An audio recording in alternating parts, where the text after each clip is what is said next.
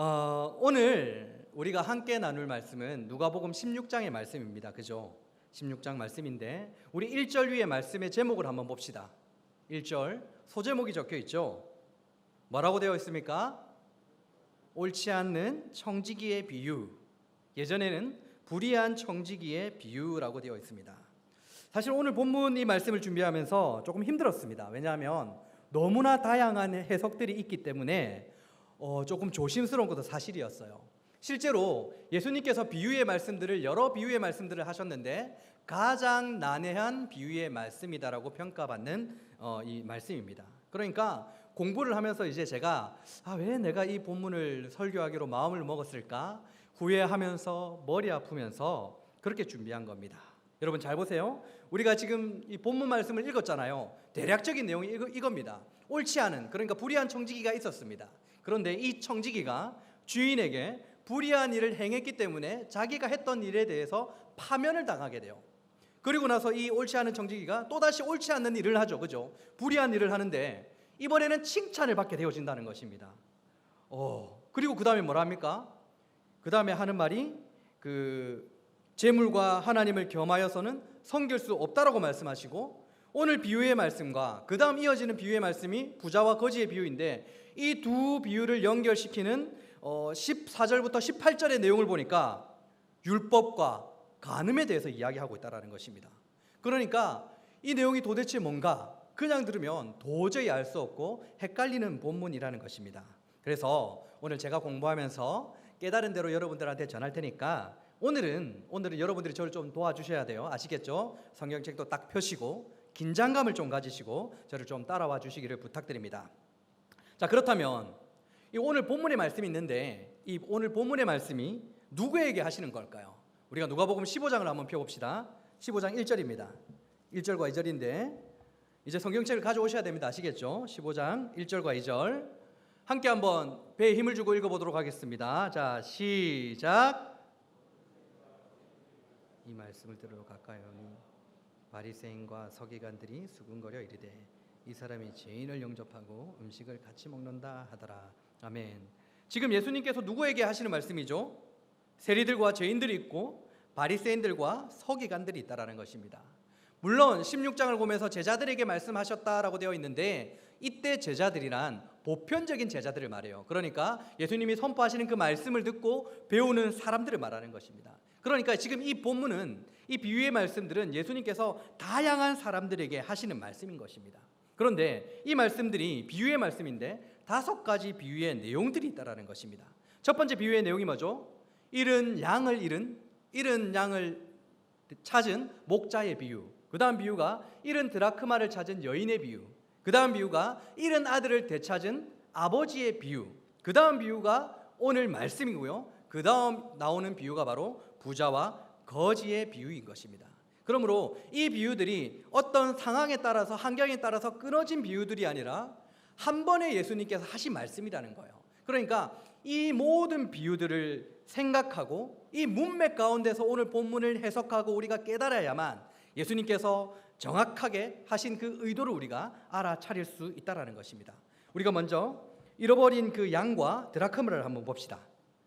자, 잃어버리다. 이 잃어버리다라는 헬라어는 아폴리미라는 단어입니다. 그런데 이 아폴리미는 사망이라는 의미를 가진 올레스로스에서 유래된 단어라는 거예요. 그러니까 양과 드라크마가 상징하는 하나님의 백성이 주인의 곁을 떠나게 되었을 때 어떻게 된다는 것입니까?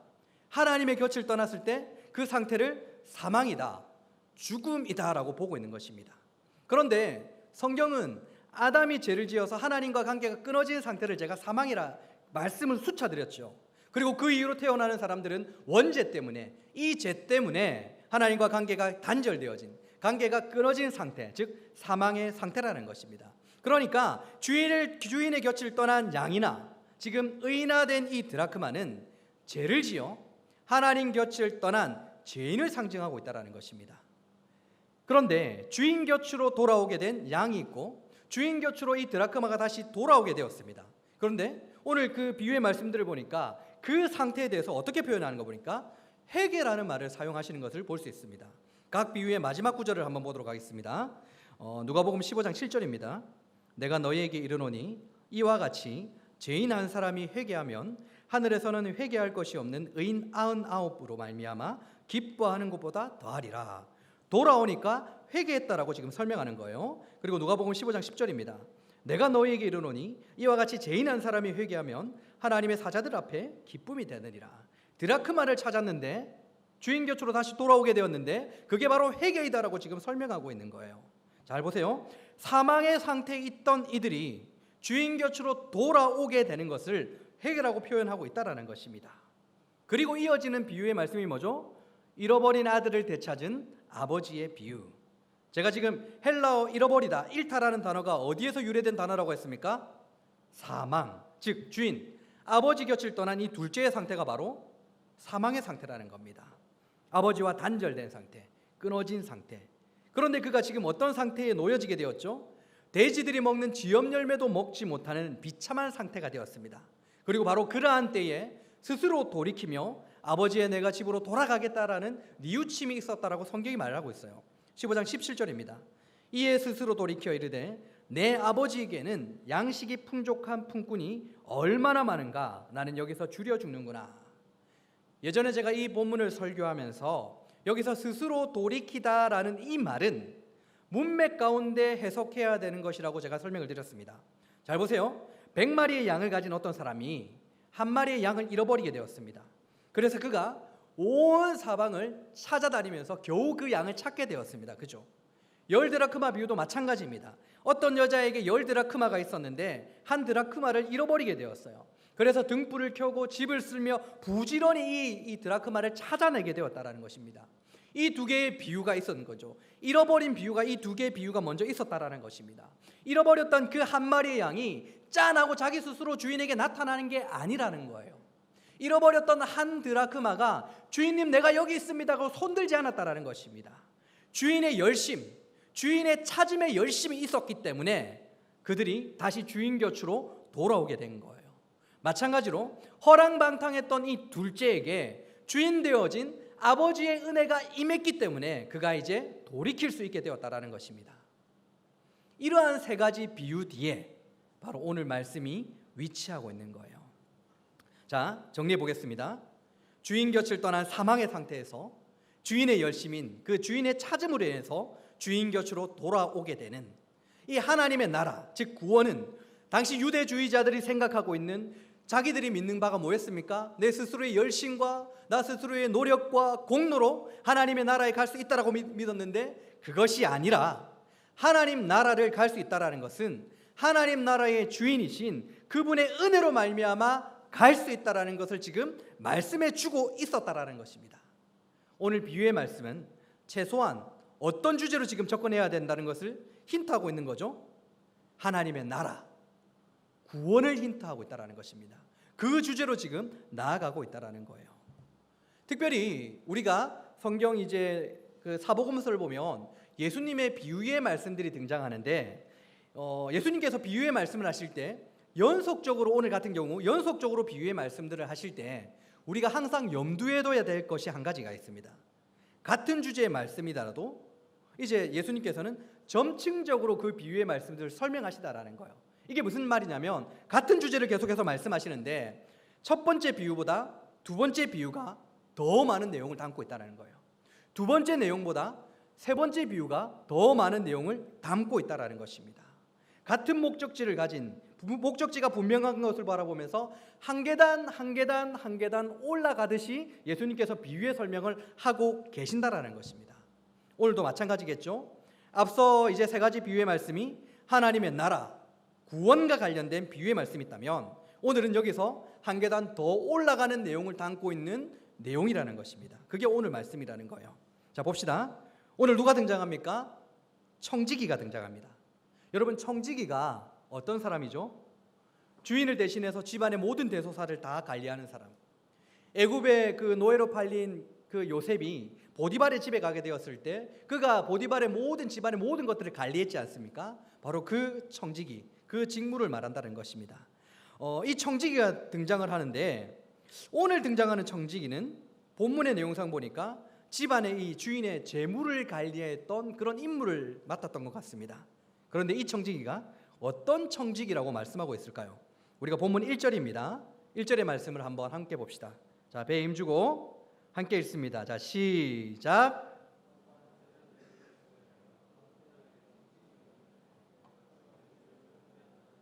그 주인에게 들린지라. 아멘.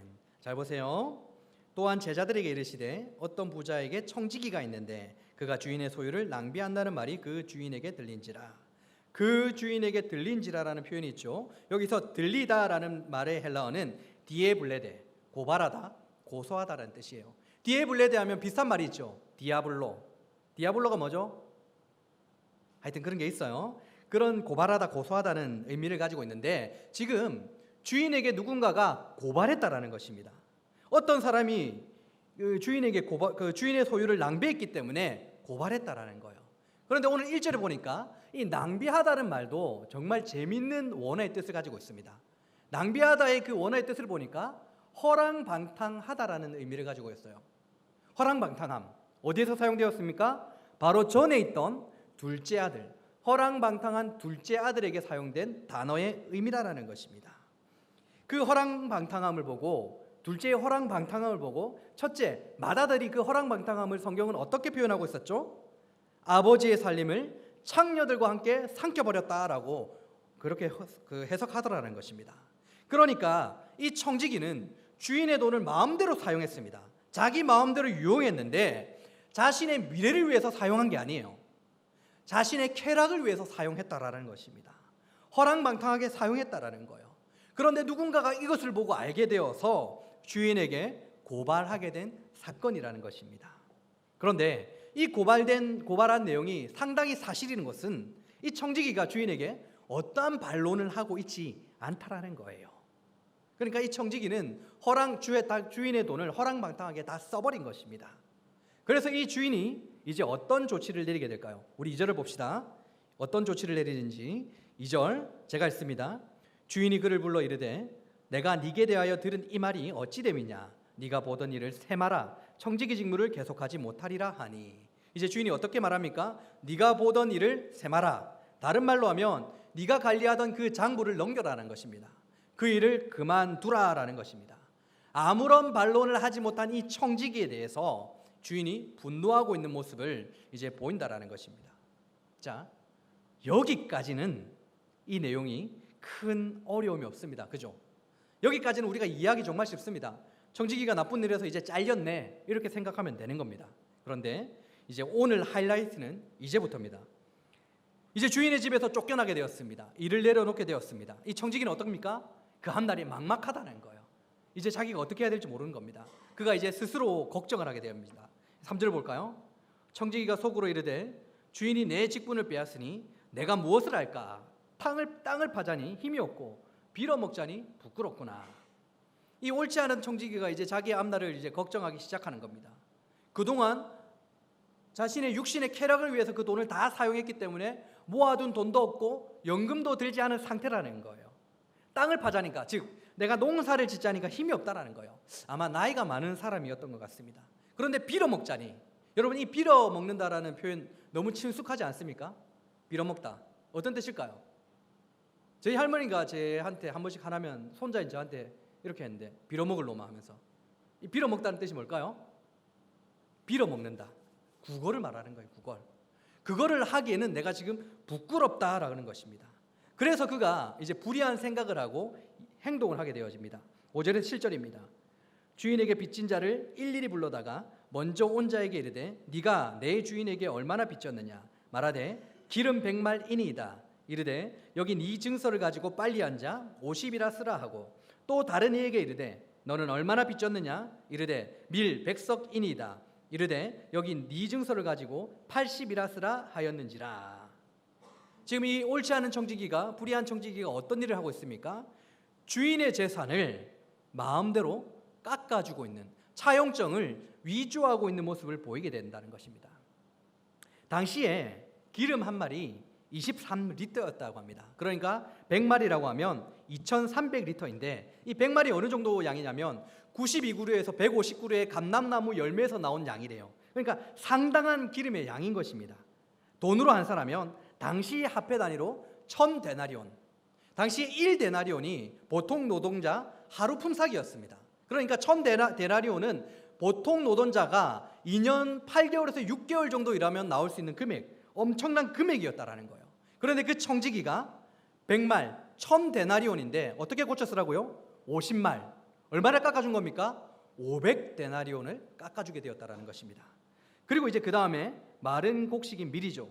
밀 한 석에 360리터라고 합니다. 100석을 빌렸으니까 36만 리터인 거예요. 그런데 당시 밀 한 석이 25데나리온이었어요. 100석이니까 2500데나리온인 것입니다. 그런데 그가 100석에서 80석으로 20석을 깎아주게 되죠. 20 곱하기 25는 뭡니까? 500데나리온. 그러니까 이 청지기는 기름을 빌린 사람과 밀을 빌린 사람에게 각각 500데나리온씩을 깎아주게 된 것입니다. 중요한 것은 모르게 행동했을 것인데 이 일이 주인에게 들키게 되었어요. 주인과 상의 없이 한 일이기 때문에 모르게 지나가야 되는데 주인이 이 일을 알게 되었다라는 것입니다. 알게 되었다. 여러분, 불의한 청지기가 지금 500데나리온씩을 깎아주게 되었습니다. 이런 일은 지금 이 청지기가 주인과 상의되지 않은 일이라고 했죠. 그가 왜 이런 일을 했을까요? 왜 빚진 자들의 그 빚을 차용증을 위조하면서 깎아주게 되었을까요? 왜 그런 일을 하였을까요? 4절 한번 보도록 합시다. 내가 할 일을 알았도다. 이렇게 하면 직분을 빼앗긴 후에 사람들이 나를 자기 집으로 영접하리라 하고. 그러니까 내가 이 사람들의 돈을 깎아주게 되면 나중에 자신이 직장을 잃게 되었을 때 이 사람들이 500데나리온씩을 빚졌기 때문에 자신을 좀 이렇게 영접해 줄 것, 자신을 좀 돌봐줄 것을 생각하고 이 일을 행동했다라는 것입니다. 그런데 이 일이 주인에게 들켜버렸어요. 주인에게 손해를 끼치는 일이 또다시 일어나게 된 것입니다. 그때 주인은 어떻게 행동해야 될까요? 여러분들이 만일 주인이라면, 그러니까 회사 사장이라면 어떻게 행동할 것 같습니까? 우리의 생각과 너무나도 다르게 놀라운 일이 일어나게 되어집니다. 16장 8절입니다. 중요한 구절입니다. 누가복음 16장 8절 우리가 함께 한번 읽어보도록 하겠습니다. 자, 시작.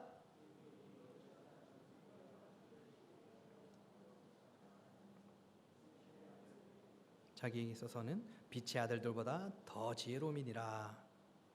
맨 불의한 일을 했는데 분노하지 않고 주인이 잘했다 칭찬합니다. 여러분 한장하시겠죠? 정말 미치는 본문인 것입니다. 그래서 이제부터 제가 쉬운 이해를 하기 위해서 다시 한번 설명을 드릴게요. 오늘 본문의 말씀이 어떠한 주제로 이어지는가에 대해서 제가 다시 한번 설명을 드리겠습니다. 오늘 비유의 말씀 전에 세 가지 비유가 있었는데 어떤 것에 관련된 주제라고 했죠? 하나님의 나라, 구원. 그런데 예수님께서 비유를 연속적으로 말씀하실 때는 점층적으로 한 계단 한 계단 한 계단 올라가는 식으로 지금 설명을 드린다고 했죠.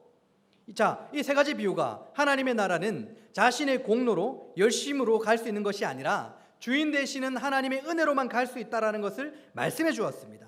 그리고 이제는 더 나아가서 한 계단 더 올라가서 하나님의 나라는 자신의 힘이 아닌 하나님의 은혜로 들어가는 것을 아는 자들에게 지금 오늘 본문의 말씀을 하신다는 거예요. 다시 오늘 본문의 말씀은 이제 하나님의 나라는 자신의 공로와 노력으로 들어가는 것이 아니라 하나님의 은혜로 들어가는 것을 아는 자들에게 예수님께서 이 말씀을 하시는 거예요.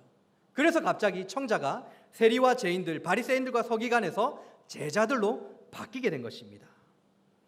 오늘 본문의 비유를 봤을 때 우리가 두 가지를 염두에 둬야 되는데 첫째가 하나님의 나라를 바라보며 사는 사람들의 삶의 자세와 관련된 것이고 둘째는 더 세부적으로 하나님 나라를 바라보며 살아가는 자들의 물질관에 대해서 말씀해 주고 있다는 것입니다. 자, 다시 오늘 본문에는 두 가지 굵직한 주제가 있습니다. 첫째, 하나님 나라를 바라보며 살아가는 사람들의 삶의 자세. 두 번째는 좀 더 세밀하게, 좀 더 우리 삶에 적용해서 그렇게 하나님 나라를 바라보며 살아가는 사람들의 삶의 자세 중 물질, 재물관에 대해서 오늘 본문의 말씀은 말씀해 주고 있다는 것입니다. 자, 첫째가 뭐라고 했죠? 하나님 나라를 바라보며 살아가는 자들의 삶의 자세. 불의한 청지기의 불의한 일을 보며 주인이 칭찬을 하게 되었습니다. 그런데 어떻게 칭찬을 하죠? 제가 다시 한번 읽어드릴게요. 주인이 이 옳지 않은 청지기가 이를 지혜 있게 하였으므로 칭찬하였으니 이 세대의 아들들이 자기 시대에 있어서는 빛의 아들들보다 더 지혜로움이니라. 아멘. 청지기가 이를 지혜 있게 하였을 때 이 지혜 있다라는 표현에 여러분 딱 집중을 하십시오.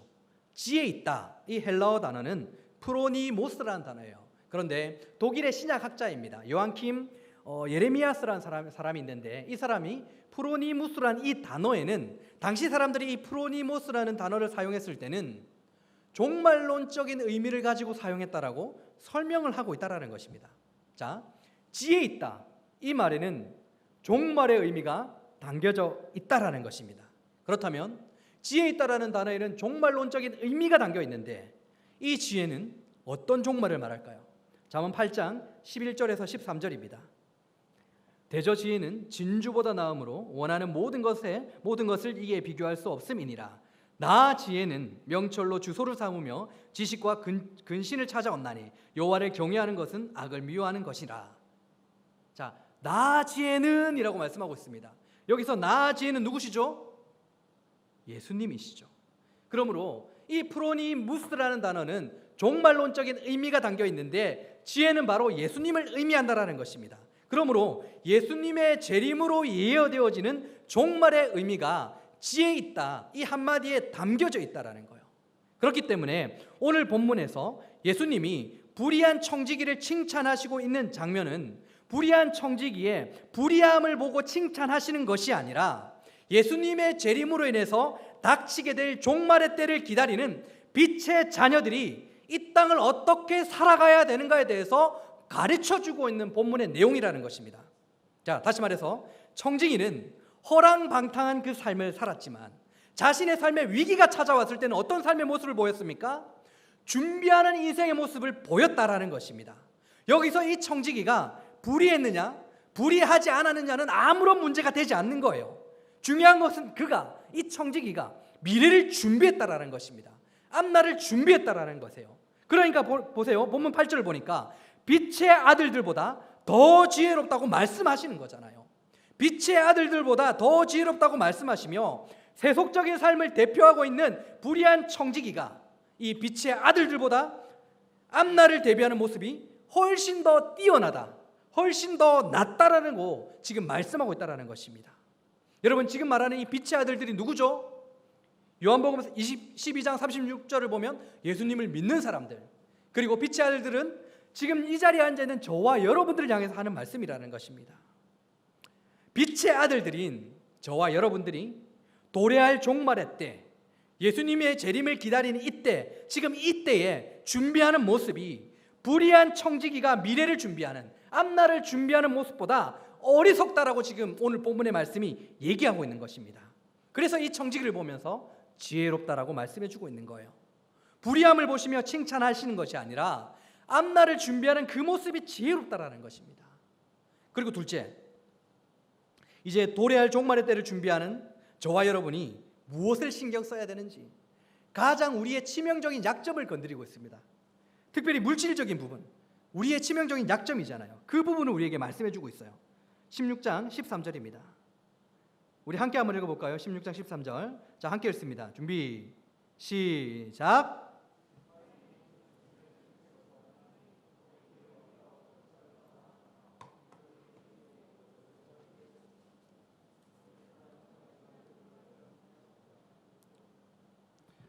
하나님과 재물을 겸하여 섬길 수 없느니라 라고 말씀하고 있어요. 자, 도래할 종말의 때 예수님의 재림을 기다리고 있는 저와 여러분들에게 하시는 말씀이 뭡니까?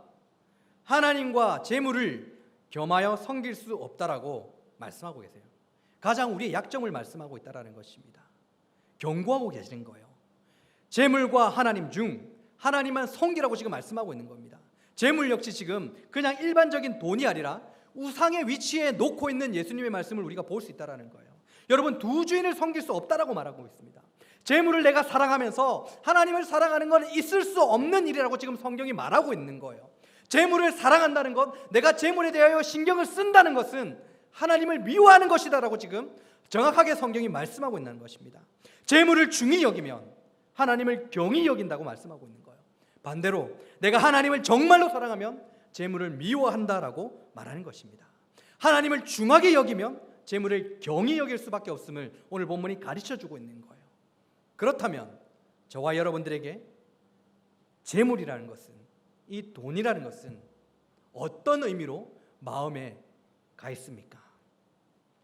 오늘 예수님은 도래할 종말의 때를 준비하는 저와 여러분들의 삶을 물질로, 돈으로 연결시키고 있습니다.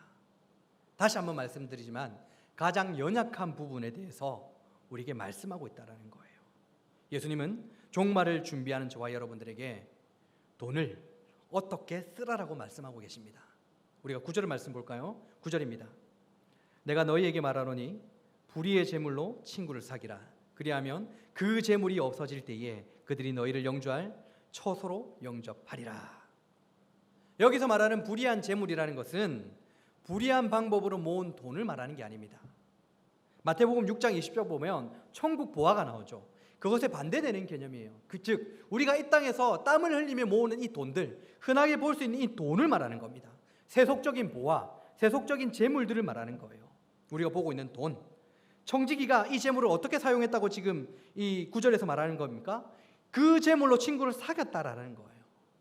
불의한 청지기는 자신의 앞날을 준비하기 위해서 자기 마음대로 주인의 돈을 깎아주는 일을 했지만, 주인에게 기름과 밀을 빌린 이들에게는, 어려운 삶을 살았던 그들에게는 기쁜 소식이었다라는 것입니다. 이유가 어떻든 청지기의 이 행동이 어려운 이들에게 엄청난 도움이 되었다라는 것을, 선하게 사용되었다라는 것을 가르쳐주고 있는 거예요. 친구를 사귀라. 청지기처럼 어려운 일들을 도와주라라는 의미가 담겨 있는 구절입니다. 도래할 종말의 때를 준비하는 그리스도인들의 재물과는, 이 재물이라는 것은, 돈이라는 것은 선한 일에 사용하라는 것으로 알리는 말씀이라는 거예요. 왜 이렇게 돈을 콕 집어서 말씀할까요? 왜 돈을 이렇게 사용하라고 말씀하실까요? 돈이 우상이 되지 않기 위해서는 이 방법밖에 없거든요. 여러분, 그리스도인들의 또 다른 직함이라는 것은 청지기입니다. 청지기가 어떤 일을 한다고 했죠? 주인의 집안일에 맡아서 내가 대신 관리하는 일들인 것입니다. 저와 여러분 역시 이 땅에서 하나님의 것들을 관리하는 사람들이에요. 우리에게 있는 것은 우리 것이 아니라 하나님께서 우리에게 허락하신 것들인 것입니다. 그렇다면 지금 여러분들이 누리고 있는 그 모든 것들이 하나님께서 허락하신 것이라고 정말로 여러분들이 믿음으로 고백하고 있냐라는 것입니다.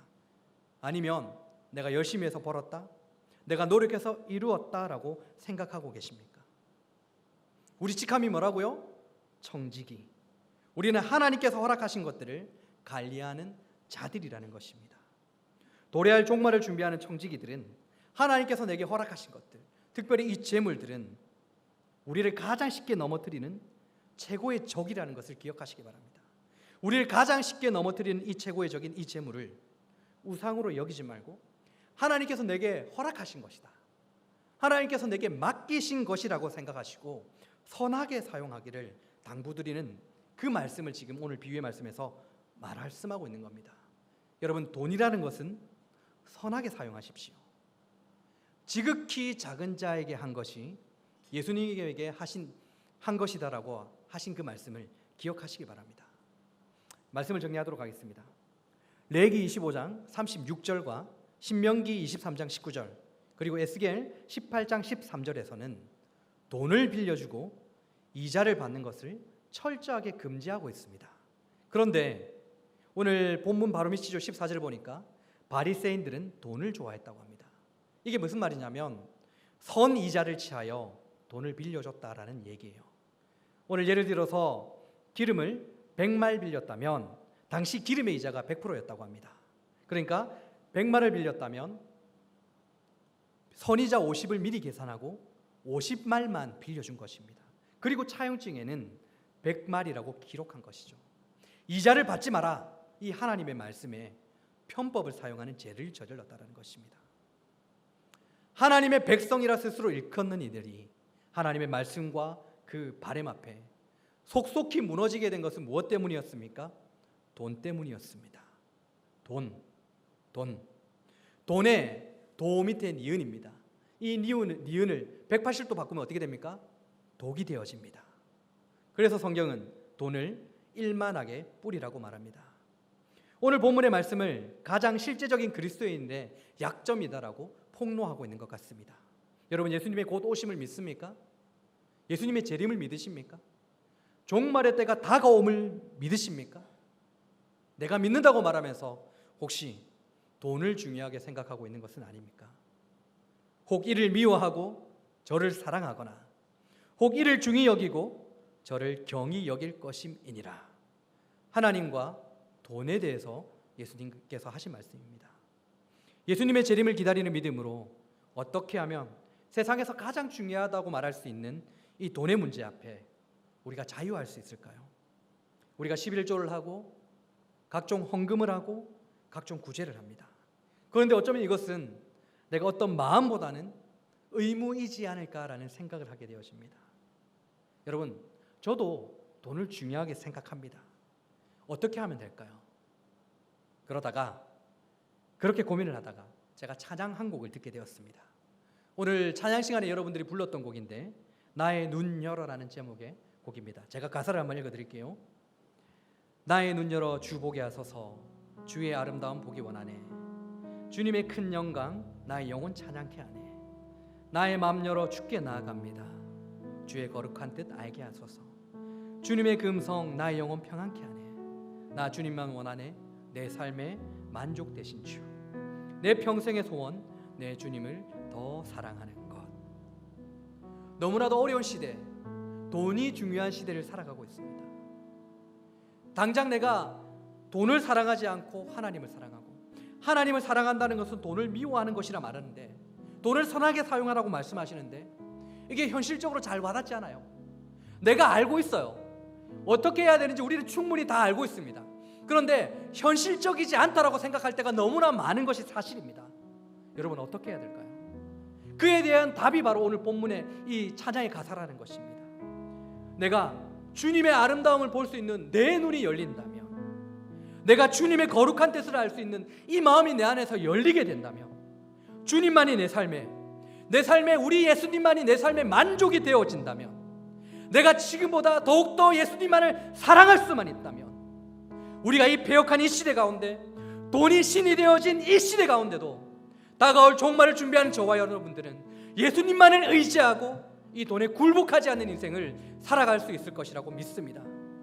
우리가 주님의 아름다움을 안다면, 우리를 위해 준비된 처소를 준비했다는 그 믿음이 우리에게 확실하다면, 우리의 눈이 하늘을 향해서 열려져 있고 우리의 마음이 충성된 마음으로 하나님을 바라보며 그 거룩한 뜻을 이루기 위해서 우리의 마음이 활짝 열려 있다면, 성령의 강권적인 그 은혜가 우리 안에 있다면, 우리는 이 시대 가운데서 돈이 아니라 매 시간마다 매 초마다 하나님을 선택하고 하나님을 사랑하는 삶을 살아갈 수 있다는 것입니다.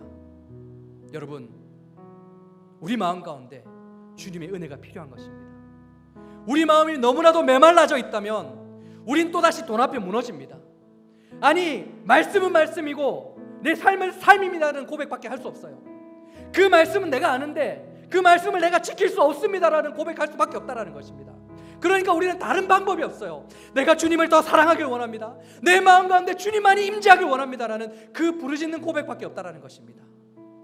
우리 이러한 기도를 해야 되고 우리 이러한 찬양을 해야 된다는 것입니다. 배역한 시대입니다. 우리가 주님의 아름다움을 볼 수 없다면, 그 아름다움이 우리 눈에 들어오지 않는다면 돈만을 바라보게 됩니다. 여러분, 무엇을 바라보길 원합니까? 세속적인 돈입니까? 이 땅이 추구하고 있는 유토피아입니까? 아니면 우리를 대신하여 십자가에 죽으신 예수님의 그 아름다움을 보시길 원하십니까? 여러분들이 선택하셔야 됩니다. 여러분들이 선택하시고 찬양하고 기도하셔야 된다는 것입니다. 우리 이 시간 함께 찬양하도록 하겠습니다.